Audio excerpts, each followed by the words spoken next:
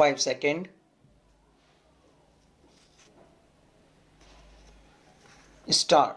Mr. Vice Chairman, sir, this year the President's address given to the Parliament gives a well-conceived, well-prepared picture of the nation. I rise to support the motion of thanks which has been brought before the House by Shri Kulkarni. At the outset, he has pointed out that this year has faced a severe drought. Then he pointed out to the danger of internal and external forces that remind us of the secessionist tendency, the terrorism that is prevalent in very serious form in the northwest and northeast frontier of the country. The rally requires attention of not only the government but of all the people of all the political parties existing in different parts of the country. In his speech, he has tried to remind us of the promises made in our Constitution. It is our sacred duty to see that those promises are fulfilled. He has said that the ideal of secularism and socialism are enshrined in our Constitution. These values have to be upheld and above all integration of the nation is able to be upheld. Sir, it is time that we did not discuss matters out of emotion. When we speak emotionally, we forget these high goals, we forget reality and rationalism. Sometimes it is necessary to see that healthy criticism is there. It is required in a democracy to ratify mistakes of a government. It is a welcome feature, but when we speak emotionally, we forget these fundamental facts and obviously we commit mistakes. Here we should remember that we are speaking in the highest supreme body of the nation where the future of the nation is to be built. When we are discussing all these things in this house about the goal of the nation, about the development of the national life, the whole world is watching us. So, this factor has always to be kept in mind. Now, coming to the second point about the external dangers, we know of the terrorists in the border state. Sometimes they are assisted by certain outside powers who are not happy with our development.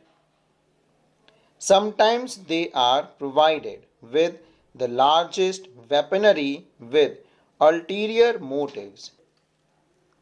These things have been discussed in the House and they need not be repeated here. But we cannot be blind to ourselves. We have to look to these aspects. Many of the honorable members have made a mention of these things and we must be prepared for everything. Sometimes they are supplied with sophisticated weapons. Superpowers are helping them. So, we must be careful and watchful. Another thing is about the secessionist tendencies supported under the cover of religious fundamentalism, abetted by foreign agencies. This must be curbed. That is the greatest danger in our country today.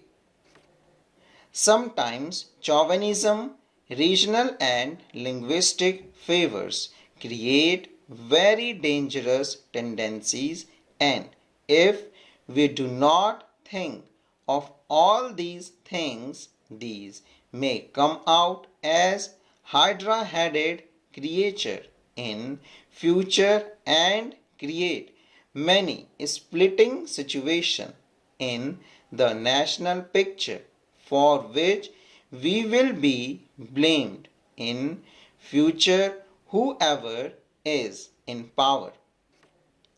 It is the responsibility of all citizens, all political parties to look into these factors which have been rightly pointed out in the President's address. This year we have passed through the greatest drought of the century because India had achieved something in the Green Revolution. We could come out of it. Out of 35 climatic zones, 23 zones suffered from scanty rainfall and drought, and some parts of the country faced floods also. There was loss of crop and damage to crops. Production was much less because we had a buffer stock of 23 million tons, which was sound planning, and the Green Revolution had achieved something. The country would face this difficult situation. At the same time, many honorable members have brought out in this house that the Kisans are unhappy.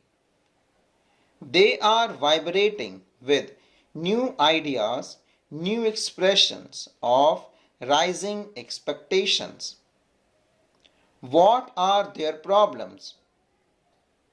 Anybody who goes to the villages comes to know that the balance of trade or the balance of economic situation is not in their favor.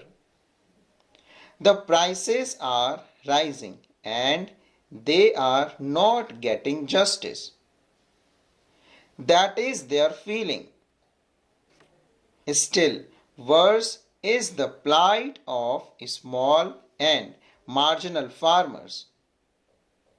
The government is spending a lot on subsidies for food sufficiency by way of subsidized fertilizer and other things. But their share is much less. The dry land farmer and the small and marginal farmer have to do distress sales because in our country there is no proper marketing organization to help them. Unfortunately, we had thought that the cooperative would develop, but they have not developed, and the marketing agencies have not developed. So, They are the worst sufferer in this situation of rising prices. The other sector enjoy a favorable position. They can command the economy. The farmers are very much discontented, for which we have to take proper precautions. That is what I want to submit through this honorable house to the government, full stop.